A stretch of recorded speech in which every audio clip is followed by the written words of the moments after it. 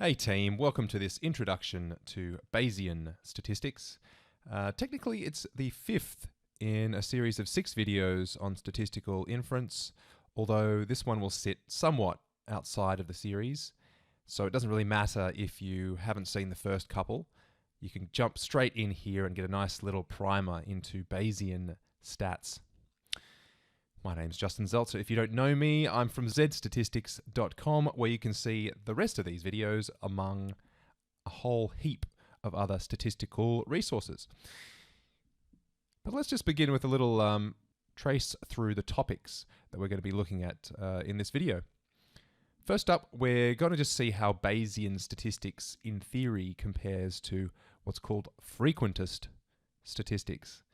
Now, if you've not heard the term frequentist before, you might be surprised to know that it has been the type of statistics you've been conducting without even realizing it up until this point. But this whole idea of Bayesian statistics adds something a little new. Well, in fact, it actually adds a different frame of reference, as we'll see, to the frequentist paradigm. We're then going to look at Bayes' theorem itself, which you learn when you do sort of what? Year 9, Year 8, Year 9 mathematics, maybe. It's high school. So it's not a very complicated theorem, but its application to statistics is quite profound. So after we have those two under our belts, we'll have a look at a really cool visual example. And this is where it all kind of connected for me when I first saw this particular example. So hopefully you'll stick with me until then, because I think that's a really good way of trying to get in your head an intuitive sense of how Bayesian stats works. We'll then apply Bayesian statistics to a normal mean, a distribution for a normal mean, or mean from a normal distribution. We'll then look at two particular subtopics around Bayesian stats. One's to do with conjugate priors, and finally we'll look at credible intervals, which are the Bayesian equivalent for confidence intervals. So let's start now by having a look at the differences between Bayesian and frequentist statistics. And we're going to start with frequentist just to kick us off in a direction we're familiar with. Now, in frequentist statistics, the focus is on the parameter, and it's assumed to be a fixed constant. Now, if you've done any statistics before, you'll actually be familiar with this concept. We always treat the parameter as some kind of godly figure, right? It's unknown, but it's always fixed, and we try to do our best to estimate it. So when we construct confidence intervals, we read them in terms of repeated sampling. So technically, the way to interpret a confidence interval would be to say that 95% of similar sized intervals from repeated samples of size n will contain theta, which is our population parameter. Now, as I said, that will probably be somewhat familiar to you, considering you've been conducting frequentist statistics up until this point. But I might just re-emphasize the idea that it is about repeated sampling. We have one fixed parameter, and then we assess things in terms of a sample that's theoretically repeated. So we want to know what would happen if we took this sample again and again and again and again, and what would the distribution be about our sample statistics that we generate. That's a frequentist approach. Now, why is Bayesian any different? Now, here the focus is on subjective probability, meaning that we're looking at it from the perspective of the subject, the statistician, if you like. So in other words, we're trying to assess the statistician's uncertainty, and we also take into account her a priori predictions. So we're not so interested here in whether the parameter is a fixed constant. All we're really focusing on is what the statistician can really know. So when we construct these things called credible intervals, which I intimated before were the equivalent of confidence intervals when we're dealing with Bayesian stats, we're going to read them in terms of subjective uncertainty. So the uncertainty of the person doing the stats, right? The subject. So it's all well and good to say that the parameter might be some fixed constant, but who really cares? It's me that's doing the statistics. So the parameter for all intents and purposes, could be considered a variable from my perspective. So we can say that when we construct these credible intervals, there's a 95% chance that theta exists within that interval, which is actually a much more convenient interpretation. So that's really the allure of Bayesian statistics. You get these really nice interpretations when you're dealing with uncertainty. And also there's quite a bit of power when in taking into account my a priori predictions, or my predictions about the parameter before we've even conducted the experiment. Now, if that still sounds a little bit airy-fairy for you, bear with me, because we'll look at the Bayesian theorem itself, and then we're going to do a little example where it will all hopefully come together for you. So let's do that now. Let's have a look at Bayes' theorem. So what does Bayes' theorem actually tell you? This is the formula that you get given, as I said, in what, year 9 mathematics, maybe year 10 or something like that, where it says the probability of B given A is some function of the probability of A given B. So it sort of switches that conditionality around. And you might see this often in biostatistics or statistics relating to health, because we'll have some situation where it's the probability of having a disease given you've tested positive is some function of the probability of testing positive given that you have the disease, right? That's the classic example they'll always give, which I'm surprised I haven't done in this particular video, but you might see that elsewhere if you have a look at Bayes' theorem applied to health stats. Now, instead of A and B, I'm going to use theta and data here. So it's exactly the same thing, but I'm saying here that the probability distribution of our parameter given our sample, or the data from our sample, is some function of the probability of getting our particular sample given a particular value of theta. And then times the probability of theta divided by the probability of getting our sample. Now we need a little bit of lingo here when we deal with Bayes' theorem. So this particular part of the formula is called the prior. So this is essentially our prior intuitions about the parameter value. It has nothing to do with our sample, right? So we can actually construct this without having conducted our sample in the first place.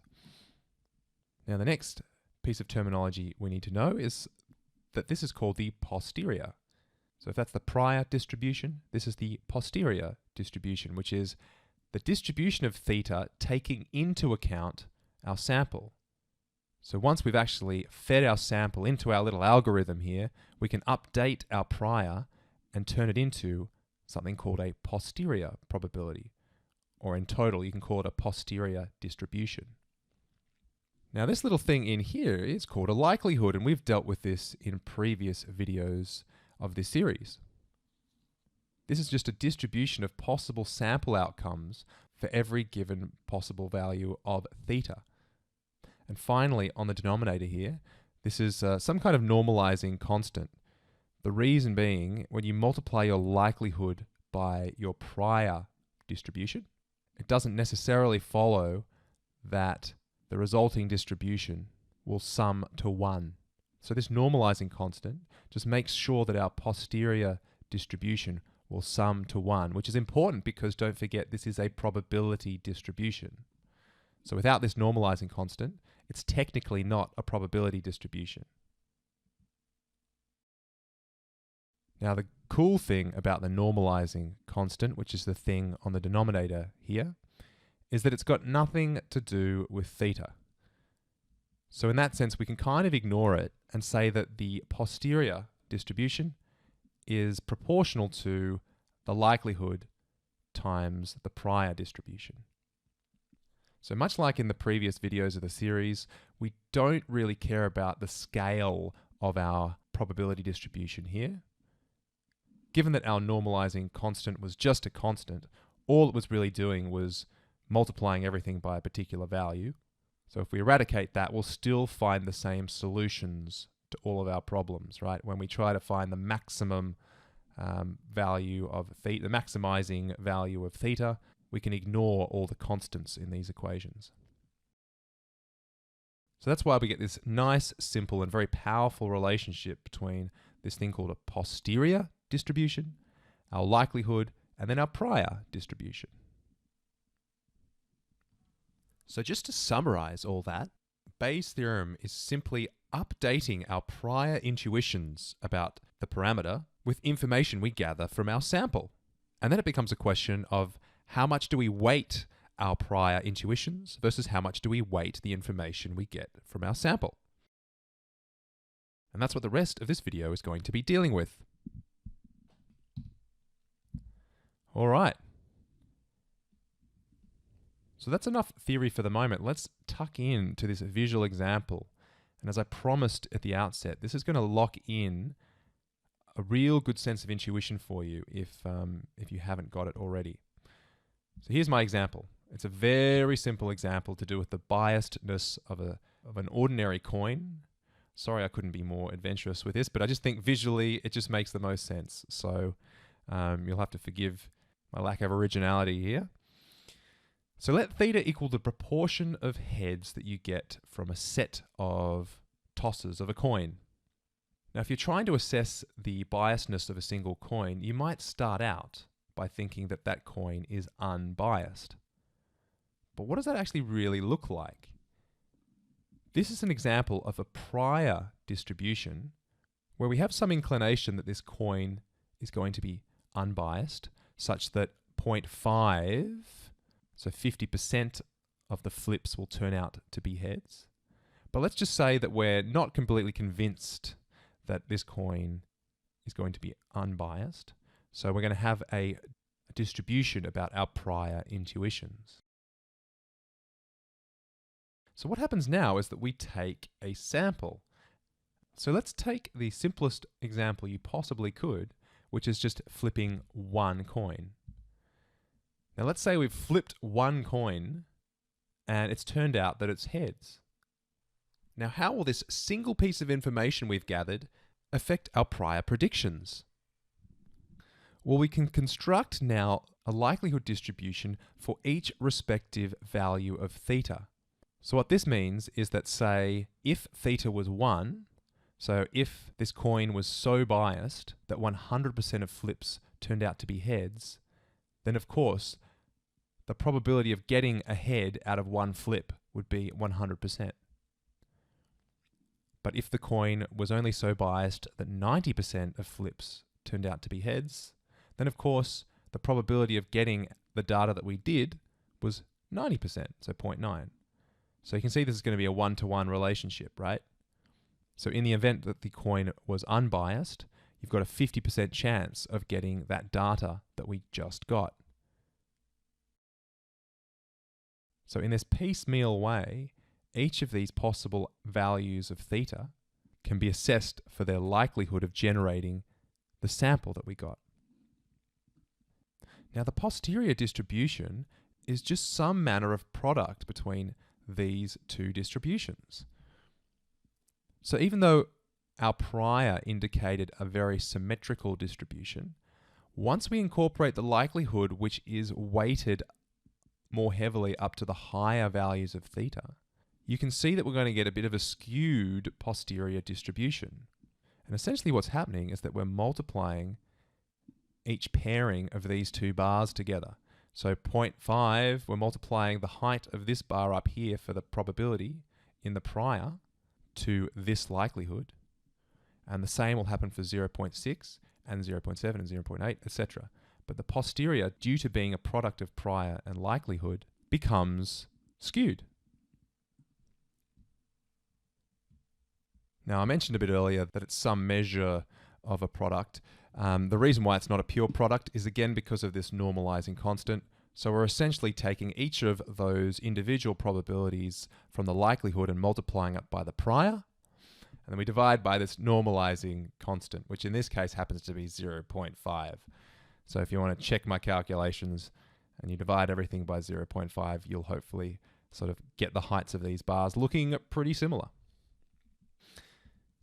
But hopefully that's kind of given you a nice little picture of how Bayesian statistics incorporates prior predictions of our parameter value with a particular sample that we've got. All right, so we're going to look at now Bayesian inference for a normal mean. So it's going to be a little bit more in-depth. So let's consider a single observation taken from a normal distribution with mean theta and known standard deviation sigma. Now I've simplified it by allowing the standard deviation to be known. So there's only one parameter of interest here, which is theta. Bayesian statistics can obviously deal with a situation where there's multiple parameters going at once, but let's just do one thing at a time. And so I've simplified it by just allowing theta to be our parameter. Sigma is therefore fixed as our variance or our standard deviation. Now this is a likelihood. You might have seen it before if you've dealt with the PDF, the probability density function that emanates from a normal distribution. So remembering our Bayesian relationship where we've got the prior times this likelihood equaling our posterior, while being proportional to our posterior, we now have to consider what kind of distribution our prior is going to be. We have complete autonomy over that.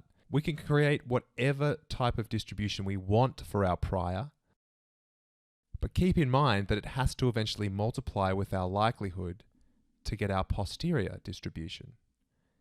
So here's just that expression again using y instead of data, which is the same thing. I'm just using the letter y here to represent our particular sampled value. Let's consider a prior of the following form. So here we have, again, it's in the exponential function, a times theta minus b all squared plus c. Now that c is going to come out in the wash because it's got nothing to do, or it's not being multiplied in to any factor of theta. So again, we can kind of ignore it. We can say that the prior here is proportional to just e to the power of a times theta minus b all squared. Now the significance of us choosing a prior in this form is that it becomes really easy to multiply in with our likelihood to get a particular posterior distribution. And before we do multiply it through, let's just reparameterize this prior.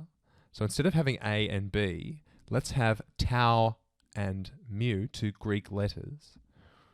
And the reason why I would have reparameterized it to look a bit like this as opposed to a simpler a times theta minus b is that this is now in a form which represents a normal distribution itself. So here is a prior distribution, which is normally distributed with a mean of mu and a variance of tau squared. Now I've put subscript 0 here because what we're going to find is that when we multiply this prior distribution with our likelihood, we're going to get a posterior that looks very similar. And that's indeed very handy. So let's see how that plays out. Now, before we reveal what the posterior is going to look like, keep in mind that we're going to need a sample, right? Because you need to multiply the prior by a likelihood. And what's a likelihood? Well, it's a likelihood of a particular sample given certain values of your parameter. So we need that sample. So for the moment, let's just presume the simplest sample possible where I have one value or one observation, which is y. So the posterior, given that it's a product of this prior and the likelihood that we saw before, it's pretty simple because we have two expressions within an exponential function that are getting multiplied together. So the indices just get added together. So we've got this first bit here from the likelihood, and this bit over here comes straight from the prior. So our posterior will be proportional to this particular expression here. Now you can see I've got mu naught and tau naught here. What I want to do is I kind of want to try to express this in a simplified form.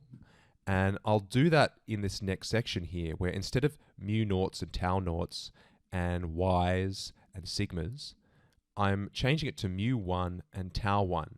And there's quite a bit of algebra that is required to get from this first one to this second one. But to spare you the agony of that, I've just done it behind the scenes. But believe you me, the values for mu1 and tau1 that eventuate are given by these two expressions here. So this is showing you the relationship between our new mu1 and tau1 versus the old mu0 and tau0. So in other words, our posterior here is also going to be a normal distribution, because this is the form of a normal distribution, but it will have a mean of mu1 and a variance of tau1 squared, where those two values are given by these two expressions.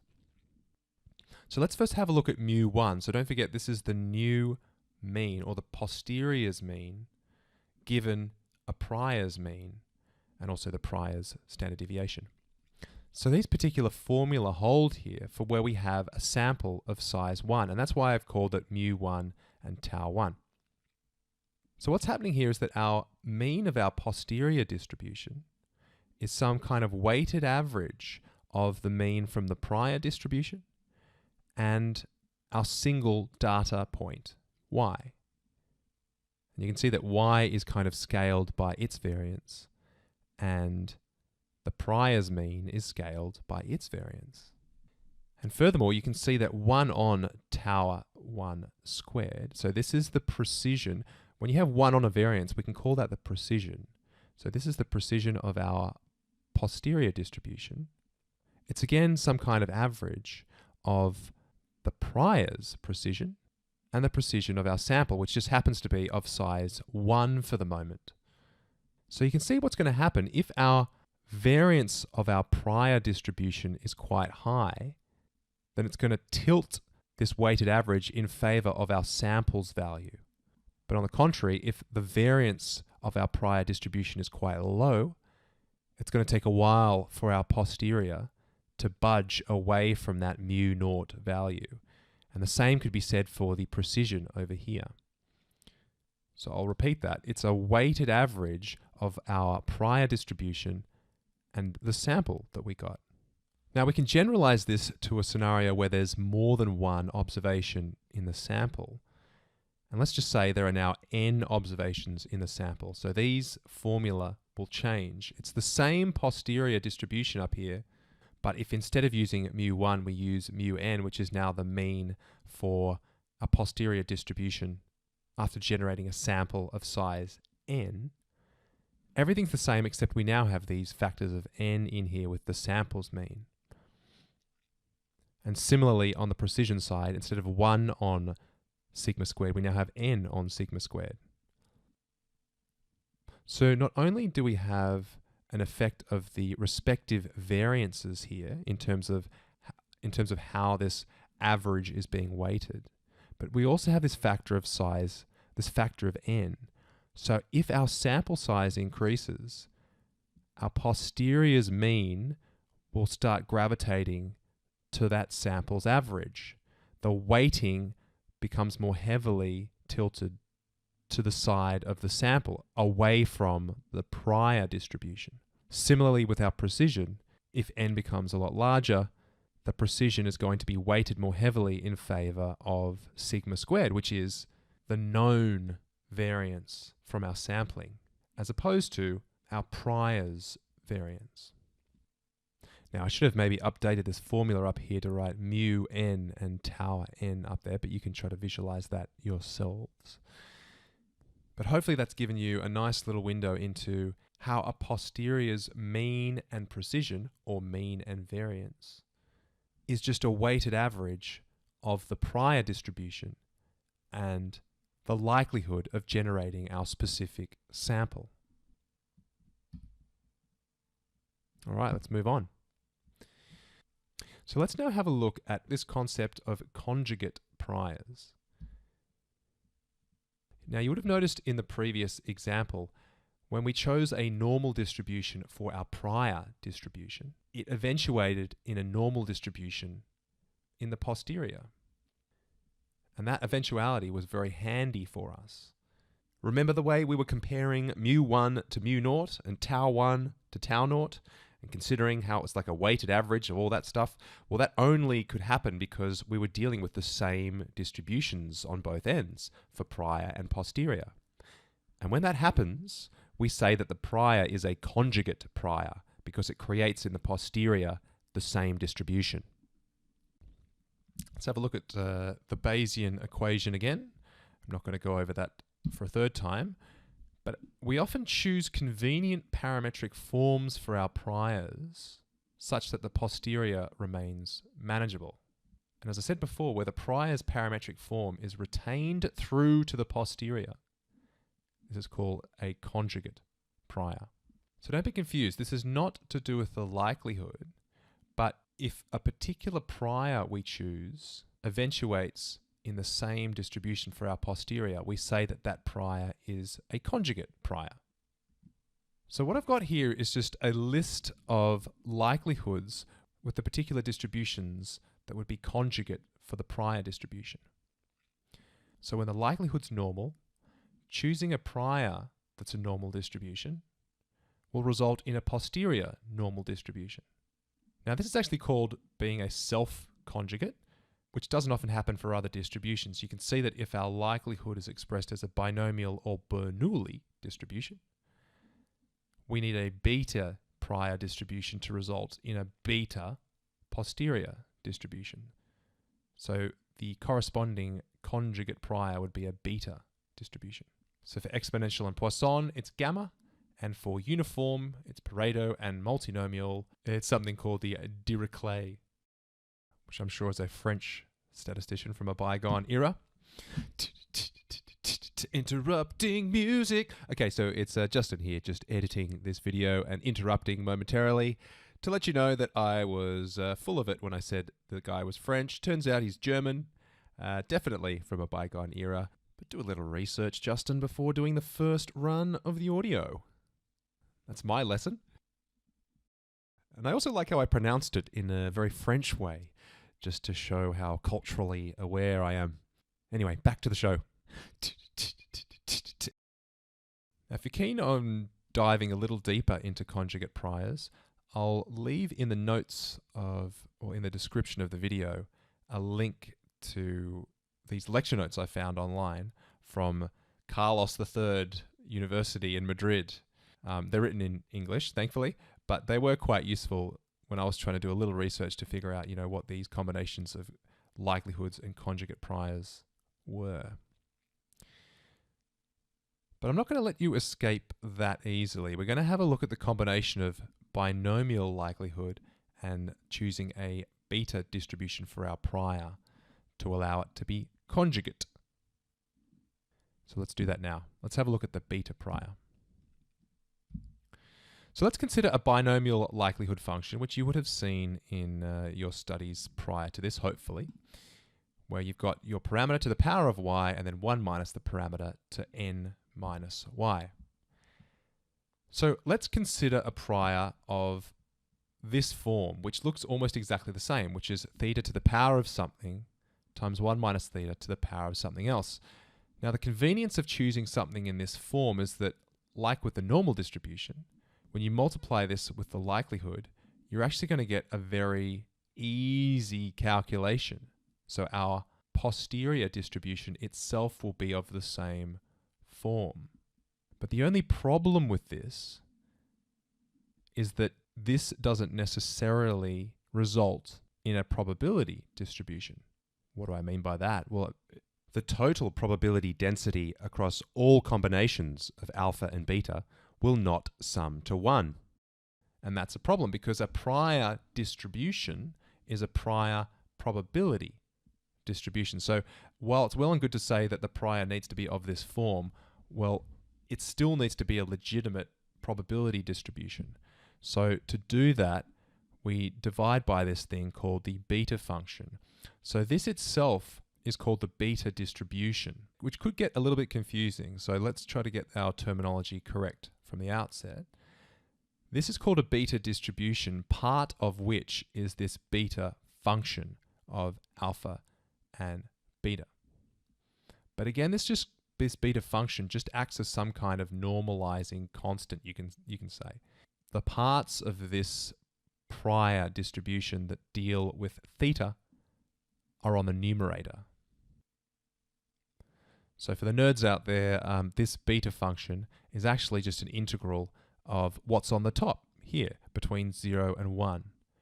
So essentially it divides by the area under the curve, right? Remember your calculus from school, your geometrical applications of calculus? By dividing by the area under the curve, we ensure that the resulting distribution will sum to 1. So let's now actually write the posterior. It's the product of the likelihood function and this new beta distribution. Now, as you can see, I've actually ignored the beta function because, as I said before, it's essentially a constant. It's got nothing to do with theta. So our posterior is proportional to this, theta to the power of y plus alpha minus 1, and then 1 minus theta to all this stuff here. So you can see our posterior is actually still in the same form as our prior, which is very convenient. Now, the reason why I've chosen this one to highlight is that you can see hopefully the relationship between the posterior here and our original likelihood function. The difference is only these alpha minus 1 and beta minus 1 characters. So if this likelihood function represents what's happening in our sample, our posterior represents a sort of combination of what's happening in our sample and what we've presumed from our prior distribution. So we've got, again, two components, the y component, or the n minus y component on this side, and we have this alpha and beta component, which comes from our prior. So in other words, the prior distribution is essentially analogous to having alpha minus 1 additional individuals with the disease and beta minus 1 additional individuals without the disease.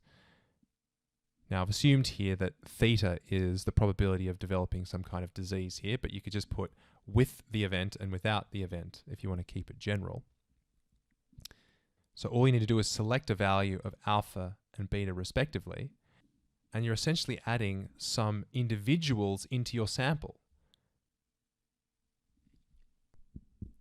Now, what's the effect of sample size if your sample size increases for a given prior distribution? So say alpha and beta is fixed, but your sample size is now increasing. Quite clearly, your posterior is going to lean more heavily towards whatever's happening in your sample. So again, that nice sort of weighting happens between sample and prior.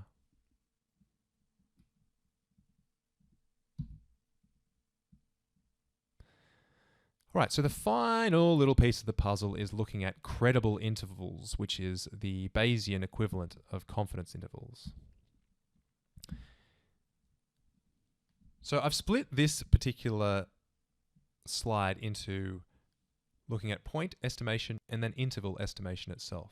So I guess before we can calculate a credible interval, we want to figure out what the sample mean or the estimation of our point of interest is. So I've answered this somewhat generally. Here's a particular posterior distribution that happens to be skewed. Now, if you got this as your output posterior, kind of like the one we got when we were looking at the coin toss example, it looked a little bit like this. What would be the best estimate you had for theta? Where would you put it?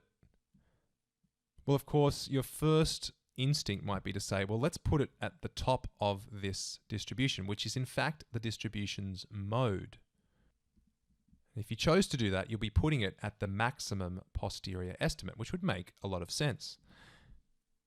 But that's not the only possible place to put it. If the posterior distribution is skewed, as it is here, you might want to make it the mean of the distribution, or maybe the median of the distribution. And there may be decent reasons for doing that. The convention tells us to leave it at the mode, but there might be some decent reasons for making it the mean or the median. It's not as necessarily clear as you might have thought. So how then do we construct intervals? So say a 95% credible interval. So if we wanted to, much like for frequentist distributions, we can construct a region wherein lies 95% of the distribution. So let's just say that yellow region is 95%. Therefore, the distance between these 2 points, the blue lines here, becomes our 95% credible interval. But here's an interesting point to note. I can actually shift these goalposts. I can shift these 2 blue boundaries. And let's just say I don't want to put my credible interval here. I can also create another interval, say between these 2 points, where again there lies 95% of the distribution. So there's not one unique set of boundaries wherein there lies 95%. So we actually need to be a little bit more specific if we want to define one credible interval. So often we call the interval the HDI, which is the highest density interval. And it's the particular interval where there's 95% between it. So if I was to color this yellow, there would be 95% in here. But also, there is no point outside of this interval that has a higher probability than the points inside the interval. So if that condition holds, then you know you have the highest density interval. And that would likely accord with your intuition at any rate. Now, how do you actually generate these intervals? Well, you're going to need to use some statistical software. So I haven't dealt with in the video here how to calculate your highest density interval. Although keep in mind what happens with your posterior distribution when your sample size gets reasonably large is that it approaches a normal distribution. So even though this is very skewed, this would only really happen with a fairly small sample.